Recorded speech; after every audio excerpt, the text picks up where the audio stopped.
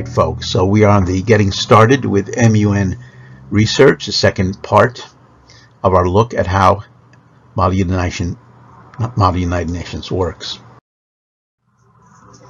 So, how important is research for MUN? Why must you do research?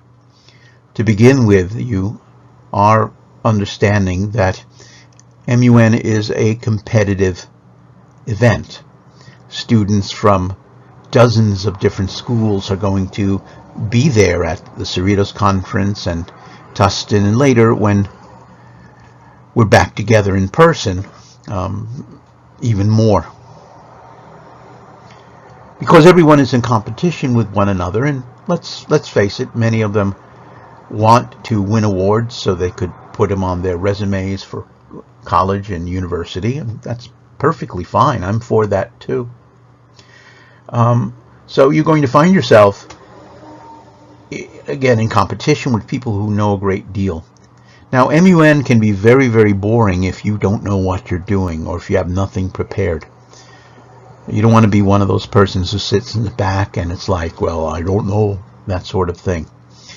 The higher the quality of your research, the more that you have ready to go, the more engaged you will be at a conference, and the more fun you will have, especially if you rise to the level of leadership in your committee simply because you knew so much more than, let's say, anybody else.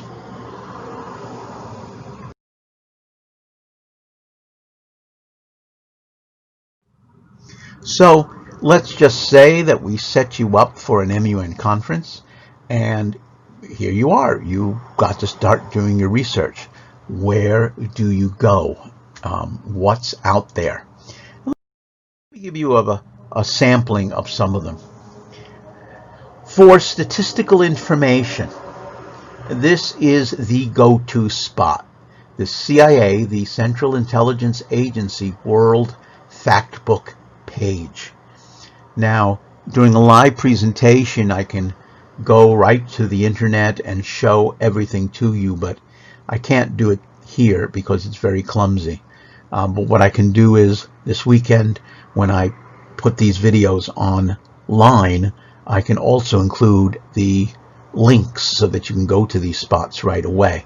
And some of these links, by the way, are on the resources boxes in the menu.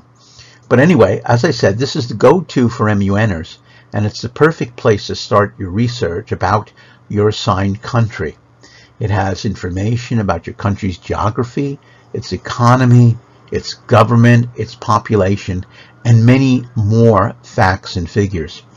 Now, of course, the CIA is good, but it's not perfect. So some countries, like North Korea, who never reports their stuff and it's very difficult to get, you may not be able to find. But it has maps, it has world leaders. You can see that over to the left, and so forth, the things that they have. And it's just as easy as going to that little search box in the center to the right. Please select a country to view, and boom, you got it. The next place is the United Nations itself, and if we have time, I will bring you to this site. This page is the UN News site. The UnitedNations.org site has the link to go into research. But it is from the United Nations that you can find the original resolutions. A resolution is what the United Nations has voted on for a specific topic. You learn in great detail what your committee is interested in, what it has done, and what it plans to do. And if you're lucky, you can even eavesdrop or watch a recording of the actual United Nations committee itself discussing your topic. Now, it's not exciting television. There are no shoot-ups. There are no car crashes. It's just a bunch of diplomats talking. But for those of you who really start getting into this and really want to do well, it's absolutely perfect viewing for it. It does go a while. Most of these committees are 6-7 hours, so you may want to bring a few snacks. But most of what you'll get from the UN site will be written.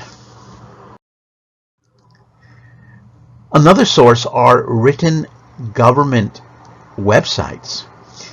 Let's face it, every government wants to present itself to the rest of the world with its best foot forward. And so their websites are going to be especially made for people to find out what their country thinks about this topic or that topic. Because you get the country's point of view, this means that you can start speaking in a committee like your country, and that makes you much more authentic. I would say the best way to find this online, because I can't give you the URL of every single country in the UN, would be to look up, type in Google, official government website for Germany, official government website for Venezuela, for South Korea, for Lebanon. Now, you may not find it, or because of problems with the internet or the country, their website may not work. Lebanon's website, for example, official website, may not be working, considering a bit of Beirut was destroyed in that blast a few weeks ago. We can see here that other governments have them too. Here's Zimbabwe.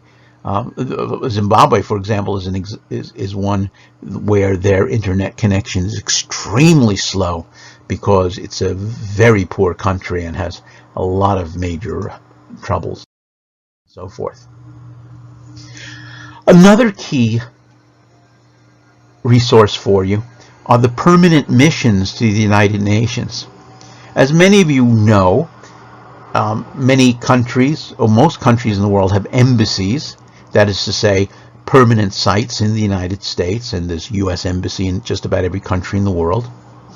They also have consulates. Many of you know about the consulates down on Wilshire Boulevard. I'm very familiar with the Indonesian consulate. There's the Mexican consulate and the South American consulate. Mexican consulate and so forth.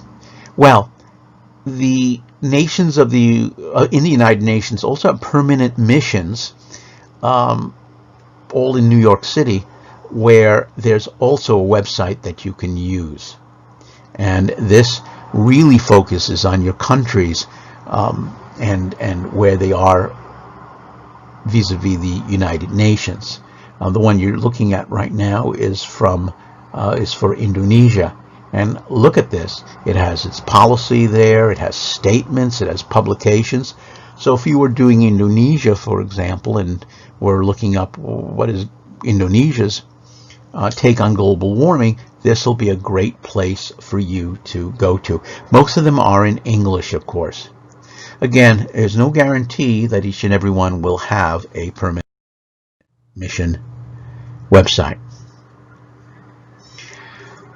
Among the things that you would want to do is also to have access or be able to get to some type of timeline, so you'll be able to see the history of your country very, very quickly.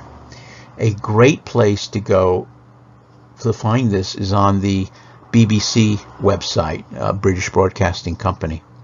They have a service called BBC Timeline, and if you write down, or in the search box that you can see up to the top and to the right, if you type in BBC Timeline and then Argentina or Argentina BBC Timeline, it will give you a page just like this of the major events and so forth.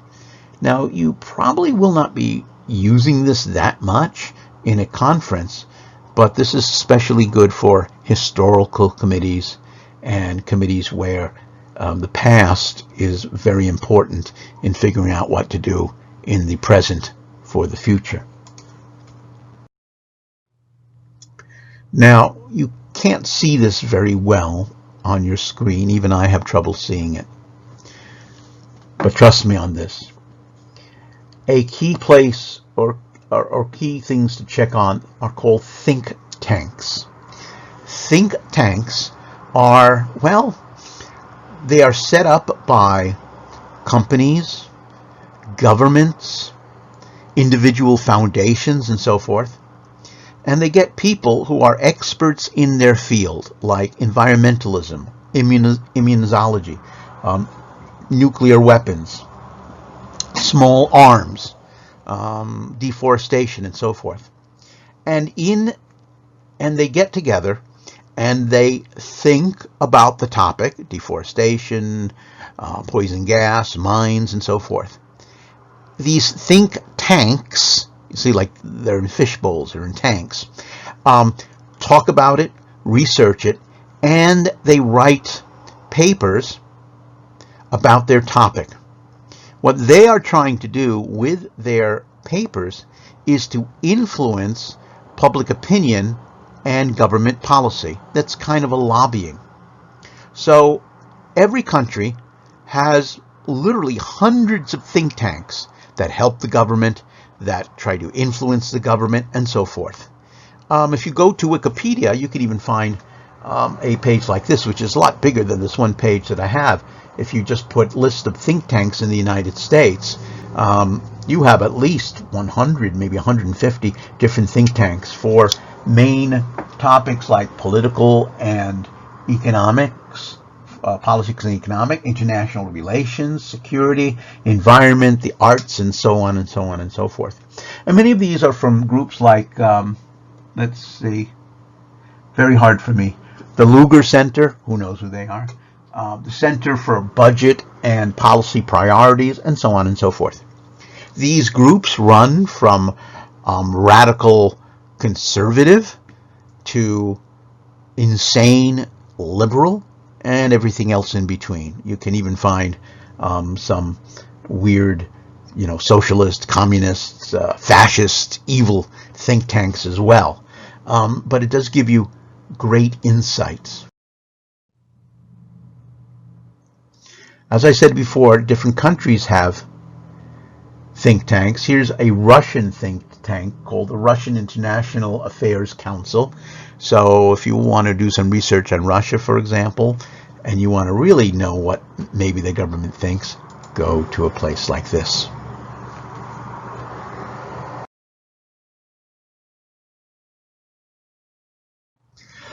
All right, what about news? Let's say you need to keep up to date with what is going on now, or something that may not be in the books or the websites that you are in. Where to find the best news? I would put down the New York Times as one of your best bets. It is considered the newspaper of record, and its articles are detailed. Its reporting is top-notch. The drawback about the New York Times is it is a subscription service. Now, if your parents get New York Times at home, chances are they have access to the complete New York Times on the website, on the internet.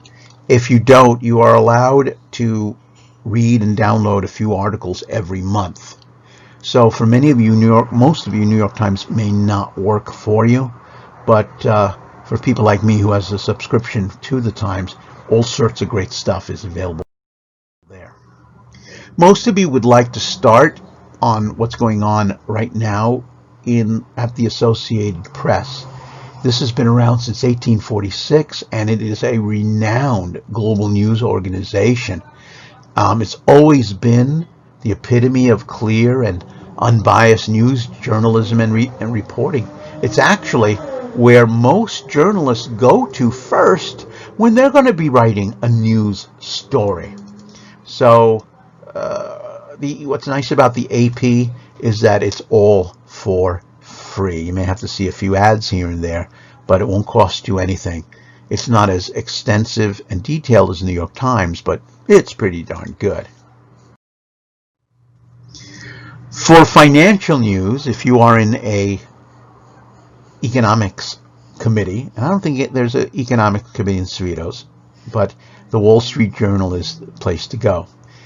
For world news, it's pretty conservative, but again, for market news, for financial news, it cannot be beat. Now, Wall Street Journal is also a subscription service, but they do allow a limited number of copies or articles that you can read per month for free. So don't use it to browse, just use it for hard research. If you are in the same committee, you might want to coordinate your search through the Wall Street Journal and the New York Times so that you can have 2-3 times as many free articles because you combine your work together. Google News, yes, good old humble Google News is not too bad of a site. It not only has its search engines, but as you can see here from the sample I put in, they get their news from many different sources. You can see in this set of headlines from last year, you can see from the New York Times, it coming in from Fox News, from the Washington Examiner, and so on and so forth, Polyfact, Polygraph, and so on and so forth. So you'll get a whole host of news sources. Now, Google News I wouldn't trust as much as I would the Associated Press, but again, it has all sorts of different things. If you are a person who likes maybe watching your news rather than just reading it, the BBC, the British Broadcasting Company, has its website. Everything there is free, and you can adjust the settings so that you can get the news that you want. What's great about the BBC is that it looks at the United States in a more neutral light. You get to see the United States as the rest of the world sees us, not as we see us. So if you need to do something critical of the United States, if you're playing a country that may be antagonistic towards the U.S., like, well, let's say China, then the BBC site will give you a view of America that's a little bit different than what you see. BBC tries its best to be as neutral as possible. However, for news of its own country, they tend to do what the United States does and tries to give themselves a better look than, let's say, other countries do. A British company, which is very close to the Associated Press that you can use, is called Reuters. And it kind of gets an honorable mention here for the same reasons that the BBC gets. The reporters here are very straightforward. They are trying to be as neutral as possible. They don't seem to take sides on big important issues of the world, and they do try to cover everything on the spectrum. But again, they may not be as objective when it comes to British news.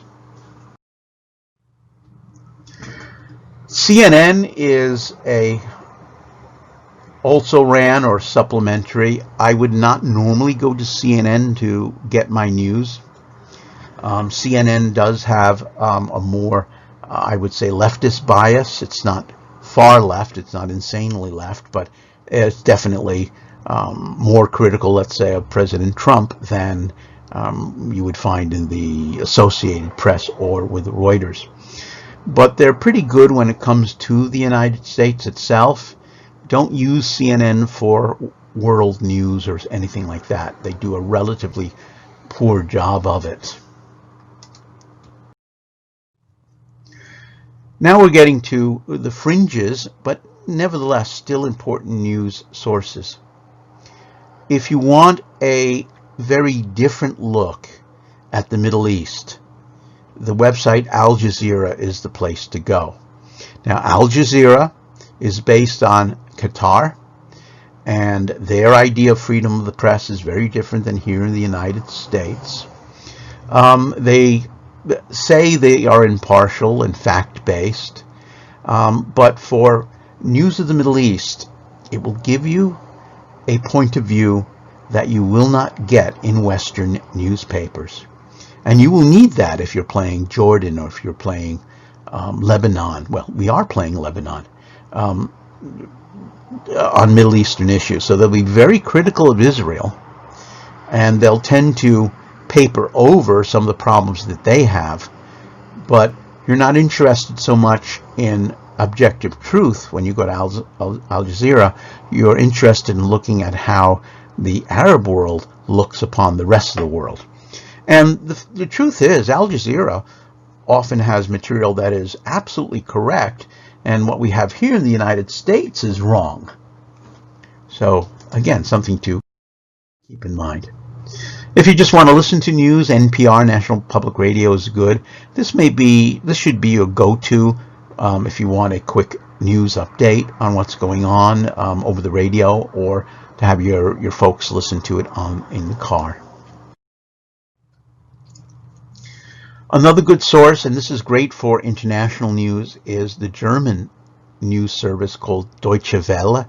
There is a English site here, and you can see their logo is DW, made for minds. The assumption is that anyone who goes to Deutsche Welle is expecting news not written in high school level or middle school level, but written in the college level for intelligent people. And their articles are much more challenging. Their analysis goes very, very deep. And you probably end up reading things that might make you angry, especially when talking about the United States. But again, it's a great place to go to find out the European point of view. And I think the last one that I'll have for news sources is this place, the Christian Science Monitor. Now, yes, it's run by the Christian Science Church, but it keeps its religion separate from its news. Now, this is a weekly, and what's nice about the Christian Science Monitor is they give us some of the best in-depth reporting around. They are cited over and over and over again for their articles, their solutions, their analysis, and so forth. And this is a great place to go to. When the Cerritos Library reopens, this is where you can get a hold of your Christian Science monitors to go through. All right. Next are newspapers. Well, you did newspapers, magazines, and other resources that we have. The best magazine for you to have, and if you can get a subscription to this, The Economist, this is really the way to go. The Economist covers all the world's news every week, and they accompany the news highlights with major stories, minor stories, covering all parts of the world. When you read The Economist, you would start with just a review of the week's news, and then you can go to different parts of the world, the United States, the Americas, Asia, China. They all have different sections for this, and you can read good, in-depth, well-researched articles. Now, The Economist is to the right. It's very conservative. It's what is called neoliberal, which is not really liberal, but conservative. But they are fair. They are extremely fair, and they can be very critical of certain events. But that is the go-to. When you return to Whitney, The Economist is one of our magazines that we have at all times for you to go through and to use. Sometimes they'll even send you copies of articles. Another place for basic information, in-depth stuff, is Pew Research. They're a think tank, but they spend their time trying to ferret out really what's going on in the world. So that's a good resource for you. A magazine called Foreign Affairs deals with, wait for it, foreign affairs, and what is going on in the rest of the world when it comes to that sort of thing. The best writers in foreign policy write for it. There was a recent article from Mike Pompeo, the Secretary of State, about why we should not trust Iran. The latest issue is all about President Trump's effect on the rest of the world, and so on and so forth. Their website is quite good too.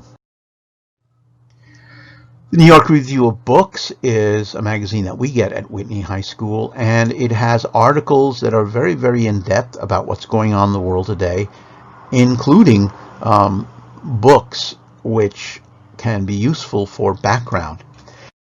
The same thing with the London Review of Books. It has in-depth articles about different countries, different situations, deforestation, and so on and so forth. The New Yorker occasionally will have excellent articles on world affairs. We get this magazine at Whitney. You can see here a little bit of an article they had last year about the Trump administration and abortion, or stigmatizing abortion, and it had stuff on what the United States is doing in Africa.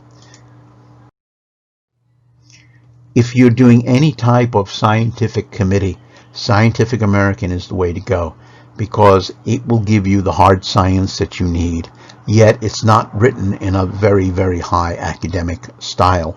You got to be sharp to read Scientific American. I read it because we do get it to the school, and half of the stuff I don't understand because, you know, I'm not a scientific mind. But if you're doing like drones or deforestation or COVID-19, my God, it had incredible articles in the last few months on COVID, which opened up my eyes on how it works.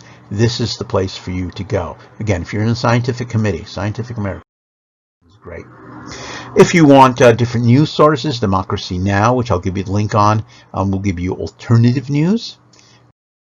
And so will Background Briefing, which is about, which is this guy Ian Masters, who has interviews with people, journalists, about the topics that you are researching.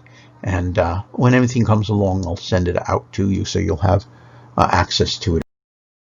Well, when you research, it's important for you to be able to know exactly what's going on in your country. And that's why I would highly recommend, when you really start getting into MUN research, don't do this for Cerritos. I don't think you'll, that'll be too much and overwhelming for you. But foreign newspapers are the way to go.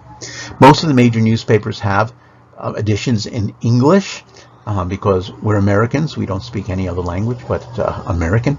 But you can read the French point of view. And this allows you to speak with the voice of whatever country you are researching. So you may want to dip into these once in a while, maybe even read their editorials.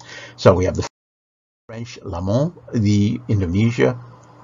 One example is the Jakarta Post. The Times of India is a good one. Again, these all have English editions. The China Daily, you probably are very familiar with that, many of you anyway. Maybe that's the only source of your news, of Chinese, of course, point of view. And for South America, Argentina, another good example. Heck, even North Korea has on the internet their own newspapers, the Pyongyang Times. It's the worst newspaper you ever seen in your life, and most of the articles are, you know, Supreme Leader Kim Jong-un and why he is so wonderful. So don't believe anything that you read here, but boy, it does give you a sense of how they think. And if you play, for example, North Korea, or if you want to counter North Korea, a little bit of knowledge of this will make you unstoppably evil at a committee. Now, there are sources to avoid. By the way, the picture here is from MUN conference at Cerritos. I think this is like 10 years ago. Cerritos has the best lunch. You're not going to get it, but they do have the best lunch. Oh, by the way, at MUN conferences that you go to, they do feed you. Yeah. Don't go to Fox News. Fox News is a, well, I guess one could say a propaganda arm of the Republican Party now. And you will not find much objective news.